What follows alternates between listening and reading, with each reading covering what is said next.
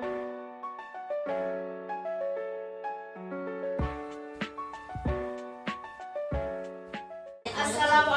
warahmatullahi wabarakatuh. Waalaikumsalam warahmatullahi wabarakatuh. Perkenalkan, nama kakak Silvi Rudi Sefira Rahab, kakak mahasiswi Prodi Gizi di UIN Suska Riau. Nah, di sini kakak ingin memberikan edukasi kepada adik-adik mengenai masalah obesitas pada remaja. Sebelum kita bahas ke materi, kakak ingin memberikan kuesioner kepada adik-adik untuk diisi.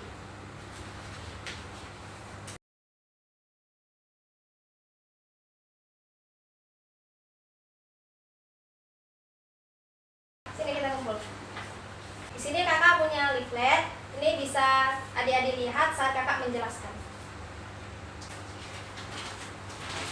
Nah, sebelum itu kita lihat video terlebih dahulu ya. Obesitas adalah penumpukan lemak yang berlebihan akibat ketidakseimbangan asupan energi atau energi intake dengan energi yang digunakan atau energi ekspenditur dalam waktu lama.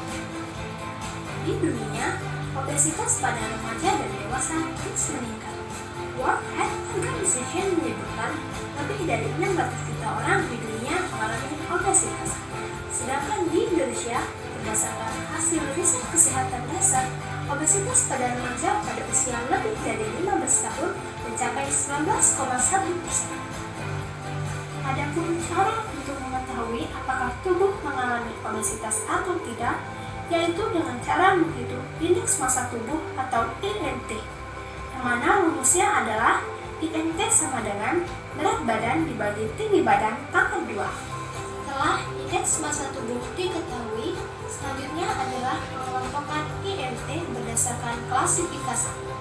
Selain indeks massa tubuh, obesitas juga dapat diketahui melalui ukuran lingkar pinggang seseorang.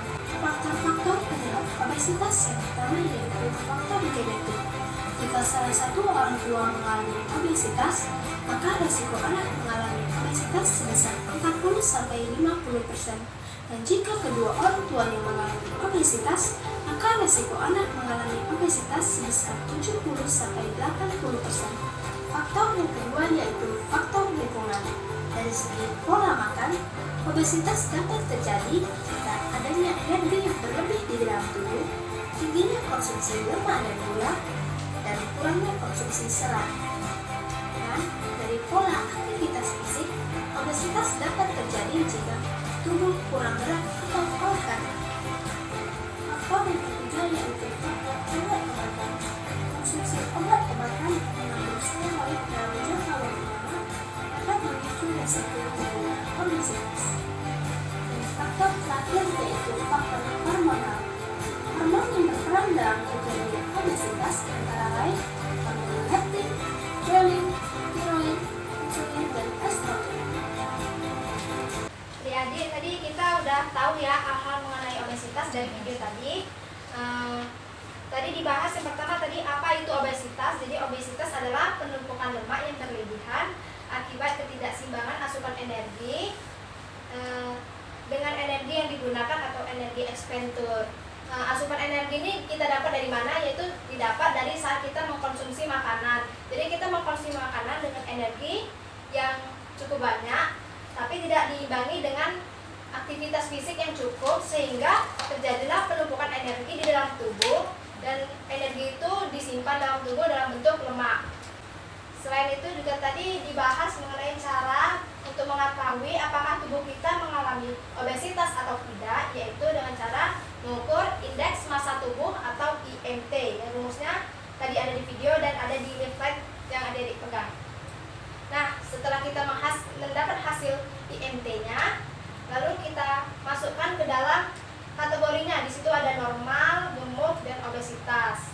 Obesitas juga dapat diketahui melalui mengukur lingkar perut, yang mana pada laki-laki dengan lingkar perut lebih dari sama dengan 90 cm dan perempuan lebih dari 80.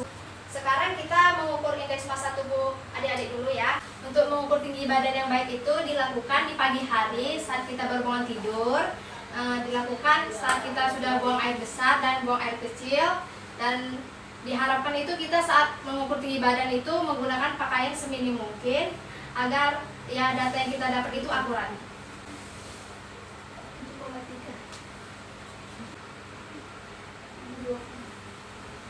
Oke, tadi kita udah nimbang berat badan, sekarang kita mengukur tinggi badannya. Nah, untuk mengukur tinggi badan yang baik dan benar itu, pastikan tumit, bokong, punggung, sama kepala nempel ke dinding. Dan mata dan kepala itu menghadap lurus ke depan.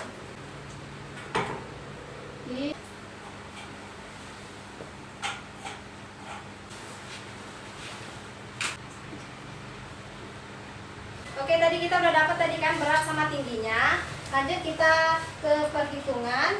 Coba sekarang buka kalkulatornya. Udah dapat hasilnya? Udah. Nah, coba berapa hasilnya? 19,5. 19,5 berarti berada dalam kategori, tengok di dalam liquidnya. Berarti di posisi normal. Nah, coba yang lainnya lihat. Punya masing-masing. Nah, ada yang ada di gemuk? Ada. Ada yang di bawah normal? Ada. Nah, berarti itu kurus. Alhamdulillah ya, berarti nggak ada yang gemuk ya. Iya. Untuk yang kurus itu asupan makannya, energinya ditambah lagi. Selanjutnya kita membahas mengenai cara mengatasi dan menjaga tubuh dari obesitas. Nah, di sini ada bentuk panduan piring normal dan obesitas. Nah, untuk tadi kan nggak ada yang obesitas ya. Berarti kita panduan piring yang tepat itu untuk kita, untuk orang yang berat badannya normal itu di sini. Nah, dia dibagi 4 ya. Ada lauk pauk, buah-buahan, sayur-sayuran, dan makanan pokok atau sumber karbohidrat. Dan untuk orang obesitas dia untuk mengobatinya yaitu dengan diet bentuk piring T seperti ini. Disebut piring T karena dia dibagi 3 gini seperti ini.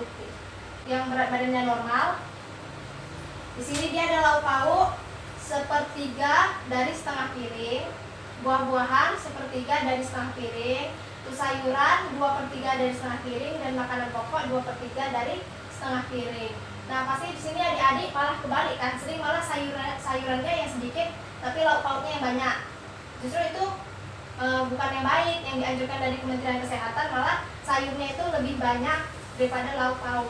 Dan ini untuk bentuk piring orang pengidap obesitas, tadi piring T, yang mana porsinya setengah piringnya itu terdiri dari sayur dan buah, dan sisanya seperempatnya itu terdiri dari sumber protein seperti daging, ikan, dan lain-lain, dan seperempatnya lagi terdiri dari sumber karbohidrat seperti beras, mie, kentang, dan lain-lain. Nah, di sini kita nggak coret, jadi di sini setengahnya ini sayur dan buah, di sini ada sumber protein, di sini sumber karbohidrat. Perlu diketahui bahwa jika tubuh kurang gerak, kita bisa berisiko terkena penyakit berbahaya seperti jantung, penyumbatan pembuluh darah, tekanan darah tinggi, kencing manis, osteoporosis, hingga kanker usus. Jika melakukan aktivitas fisik secara teratur 30 menit setiap hari, kita akan merasakan sejumlah manfaat berikut ini. Pertama, aktivitas fisik dapat mengontrol dan mencegah kelebihan berat badan bila dilakukan secara teratur. Kelima, tidur lebih nyenyak. Ayo, lakukan aktivitas fisik agar badan tetap prima dan kesehatan selalu terjaga. Nah, untuk tadi aktivitas fisik, di sini ada berbagai macam aktivitas fisik dengan jumlah kalori yang terbakar. Ada menyetir, mencuci piring, itu 1 kilogram per jam. Dan ini makin ke bawah makin besar ya jumlah kalori yang terbakar. Nah, jadi aktivitas fisik itu penting ya bagi tubuh kita. Bukan hanya untuk orang pengidap obesitas saja yang butuh aktivitas fisik, kita juga butuh aktivitas fisik. Jadi saran kakak untuk adik-adik, seperti yang kita ketahui adik-adik ini sekarang di usia remaja sering hangout keluar makan makanan cepat saji kayak pizza, hamburger, dan lain-lainnya.